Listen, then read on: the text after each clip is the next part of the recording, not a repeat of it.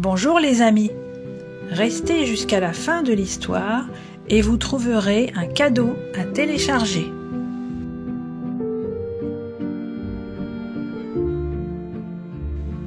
Les 3 frères voleurs.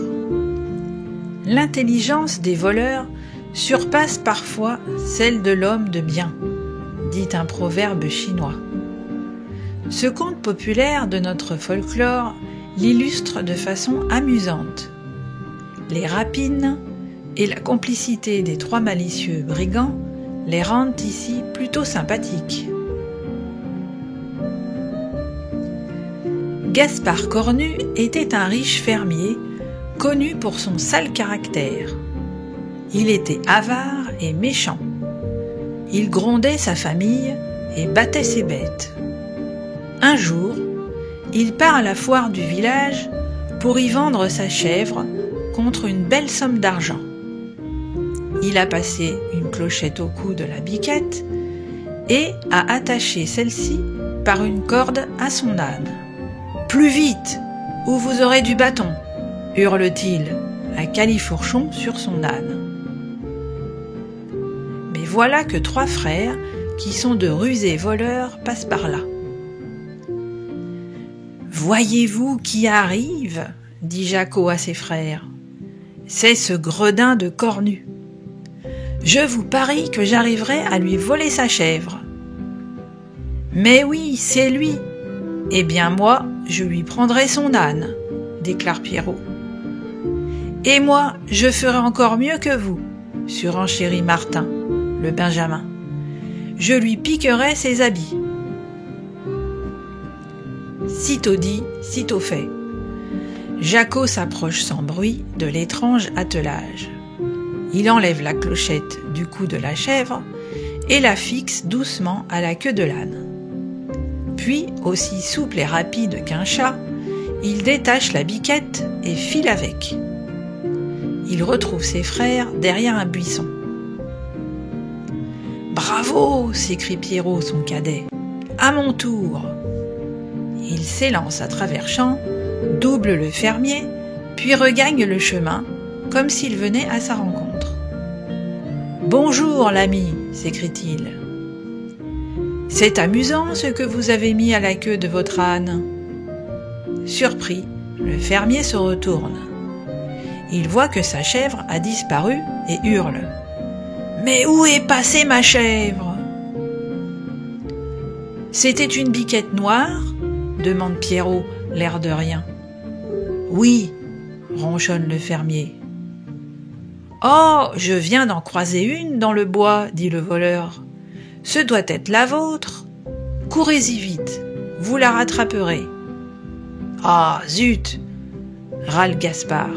« Ce bois est si touffu que mon âne ne passera pas. »« Allez récupérer votre chèvre, je garderai votre âne, » dit Pierrot. « Merci, » dit le fermier, sans réfléchir. « Je ne serai pas long. » Bien sûr, Gaspard Cornu ne retrouve pas sa chèvre. Et ni Pierre, ni son âne ne l'ont attendu. Derrière un buisson, les 3 frères voleurs rient sous cape. « Chapeau, mes frérots !» dit Martin le Benjamin. « Maintenant, vous allez voir ce que vous allez voir. À moi de lui voler ses habits. Comment vas-tu t'y prendre ? J'ai ma petite idée. Ce sera une bonne leçon pour ce vilain Cornu. » Pendant ce temps, le fermier, furieux, poursuit sa route jusqu'au village, bien décidé à aller porter plainte pour le vol de sa chèvre et de son âne. Martin le malin, lui, court dans le talus pour le dépasser. Puis il s'assoit au bord d'un puits et attend le fermier. Dès qu'il approche, Martin fait mine de pleurer. « Qu'est-ce qui vous arrive ?» lui demande le fermier. « Moi aussi je devrais pleurer, on m'a volé ma chèvre et mon âne. »« Oh, c'est terrible !» sanglote Martin. « Mon maître, le seigneur du château, m'a remis 20 pièces d'or pour que je lui achète des mules à la foire, et j'ai tout perdu. » 20 pièces d'or, Ça ne se perd pas comme ça, cet homme Gaspard cornu. J'ai été fatigué, gémit Martin. Alors je me suis assis sur ce puits et j'ai posé la bourse près de moi. Un lapin est passé, j'ai sursauté et la bourse est tombée au fond du puits. Sursauter pour un lapin, se moque le fermier. Plongez donc pour aller pêcher vos pièces au lieu de pleurnicher. Hélas, je ne sais pas nager, dit Martin.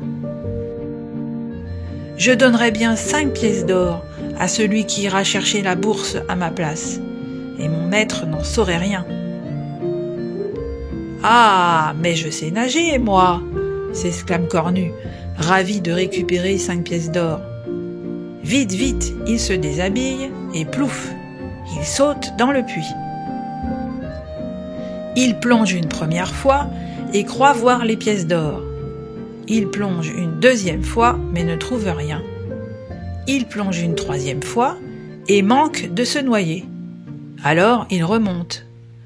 Quand il ressort du puits tout trempé, ses habits ont disparu. Le troisième voleur a réussi son coup. Gaspard cornu est fou de rage. Il ne peut quand même pas aller tout nu au village. Plus loin, dans les buissons, les voleurs observent le fermier en riant à gorge déployée du bon tour qu'ils lui ont joué. La petite chèvre et l'âne aussi ont l'air bien contents de se retrouver avec ses 3 frères si amusants. Du coup, Jacot, l'aîné, a l'idée de crier « Bé-i-an, Gaspard cornu, tu ne nous battras plus, bé-i-an !» Le fermier rentra chez lui, nu comme un ver. Il se souvint toujours de cette mésaventure et jura qu'on ne l'y reprendrait plus. Fin de l'histoire.